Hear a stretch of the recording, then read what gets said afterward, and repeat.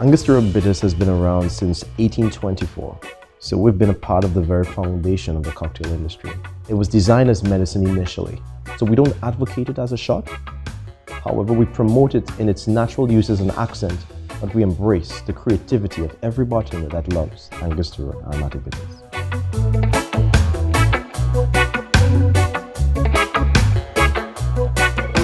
The House of Angostura was established in 1870. Now we've been producing rum for over 160 years. So we have the most awarded range of old rums. I found out at the House of Angostura they knew when the sugarcane was at its ripest, whenever the butterflies would sit on the sugarcane. And this is why we endorse all of our bottles with the butterfly here. And if you look underneath the bottle, you see a beautiful butterfly engraved.